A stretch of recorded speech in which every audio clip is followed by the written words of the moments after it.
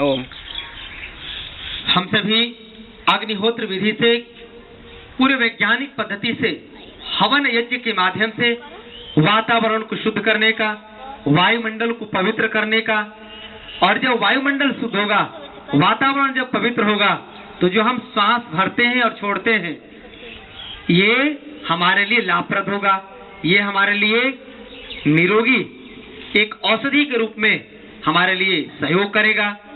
तो आइए हम सभी वातावरण की शुद्धि के लिए, पूरे ब्रह्मांड की शुद्धि के लिए, विश्व शांति के लिए, विश्व में आपसी प्रेम और भाईचारा के लिए, हमारे गांव में सुख शांति समृद्धि के लिए, सबके भीतर प्रेम, सबके भीतर निष्ठा और सबको मिलजुल कर रहे, ऐसे भाव पैदा करने के लिए यह हवन यज्ञ हम सभी कर रहे हैं। तो आइए 3 बार आचमन मंत्र से जब स्वाहा कहें, अब हम लोग दाहिने हाथ को आगे कर लें, दाहिने हाथ को आगे कर लें और ये अंगूठा तर्जनी को ऐसे मोड़ लेते हैं, और जब मैं मंत्र बोलूं तो ऐसे पीने का प्रयास करना है, जो स्वाहा बोलते हुए सबको बोलेंगे। तो आइए आचमन मंत्र से हम 3 बार आचमन के साथ स्वाहा कहेंगे और जल को पीने का भाव पैदा करेंगे। ओम अमृतोपस्त्रणमसि स्वाहा,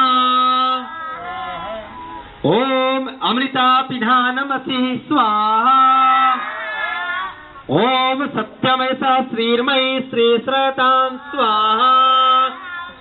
अब हाथ को थोड़ा पीछे करके और शुरू कर लेते हैं। हे परमात्मा, हमारे भीतर की दुनिया हमसे दूर हो गई और हम लोग पवित्र होकर के, शुद्ध होकर के, और इस आरोग्य यज्ञ के प्रति, आरोग्य यज्ञ के लिए हम लोग अपने को तैयार कर रहे हैं। अब हम लोग अंग स्पर्श मंत्र से हम लोग आगे का अभियान प्रारंभ करते हैं।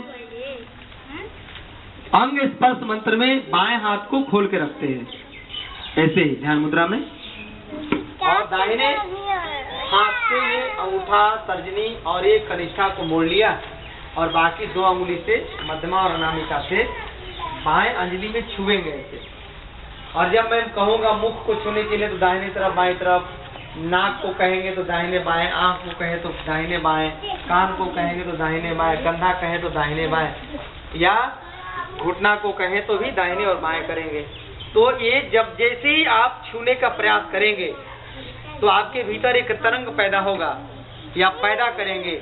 हे भगवान, वह अंग हमारा जीवन भर कभी बीमार नहीं पड़े, और वह अंग अपने कार्य को करते हुए हमारे जीवन की गाड़ी को बढ़िया से चलाता रहे। आइए हम अंग स्पर्श मंत्र से ओम वांगमय आयस्तु, मुख के दाहिनी तरफ और बाईं तरफ। हे परमात्मा, मेरे मुख में कोई बीमारी ना हो, मेरे जीवा में, मेरे मसूड़े में, मेरे दांतों में कभी किसी प्रकार का दर्द ना हो, मेरे गले में कभी टॉन्सिलाइटिस ना हो, और मैं कोई शब्द निकालूं तो इस शब्द से किसी को अहित ना हो, किसी का कल्याण बाधित ना हो।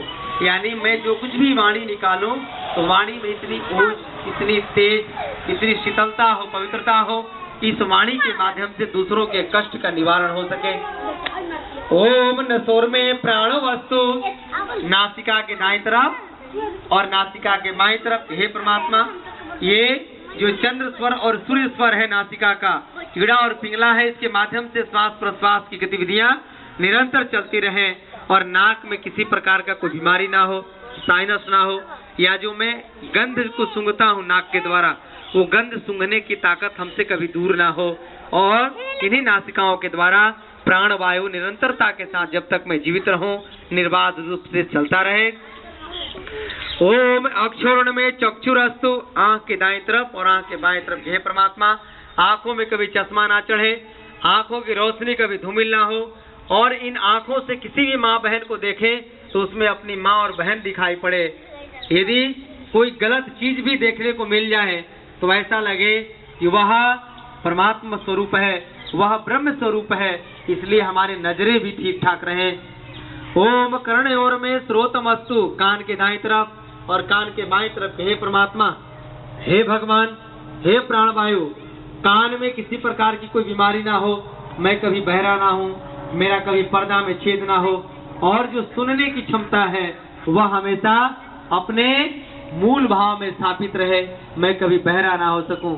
और यदि हमें कोई गाली भी दे तो ऐसा लगे कि कोई भजन गा रहा है। हमारे बारे में कोई यदि बुराई भी करे तो ऐसा लगे कि मेरी बड़ाई कर रहा है। ये ना कन्वर्ट पावर आजकल है ना, कंप्यूटर में हिंदी में लिखते हैं तो अंग्रेजी होता है, अंग्रेजी में लिखते हैं तो हिंदी होता है।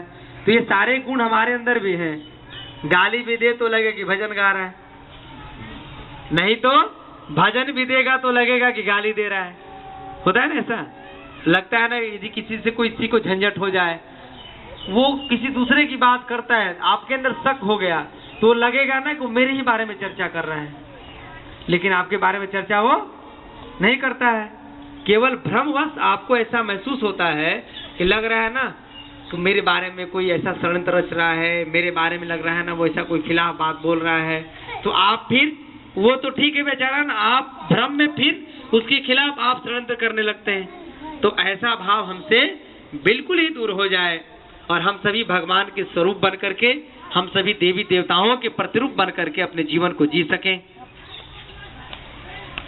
ओम बाएं ओर में बलम अस्तु, कंधा के दाहिने तरफ और बाएं तरफ, हे परमात्मा ये कंधा में कभी दर्द ना हो, ये बाजुओं में ताकत हमेशा अपने चरम पे रहे, ये हाथ कभी उठे तो किसी को जान मारने के लिए नहीं, किसी का संहार करने के लिए नहीं, बल्कि जब हाथ उठे तो रचनात्मक कार्य के लिए, हाथ उठे तो किसी की सेवा के लिए, हाथ उठे तो किसी के परोपकार के लिए उठे।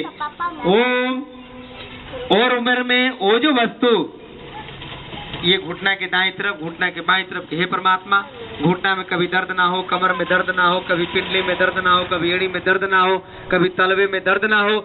यानी यह कदम जब बढ़े तो किसी के परोपकार के लिए, कोई सात्विक, कोई भागवत कार्य के लिए हमारा कदम बढ़े। नहीं तो जिस व्यक्ति का कमर में दर्द है, घुटने में दर्द है, पैर टूट गया है, उस व्यक्ति से पूछिए जीवन का रहस्य। जो चलना फिरना बंद कर दिया है, लकवा लग गया है, उस व्यक्ति से पूछिए जीवन का महत्व। आंख से आंसू निकालेगा और बोलेगा भैया इससे बढ़िया है मर जाना अच्छा था। यानी ये शरीर यदि अपने कार्यों के साथ निपुणता के साथ कार्य कर रहा है तो जीवन आनंदमय है।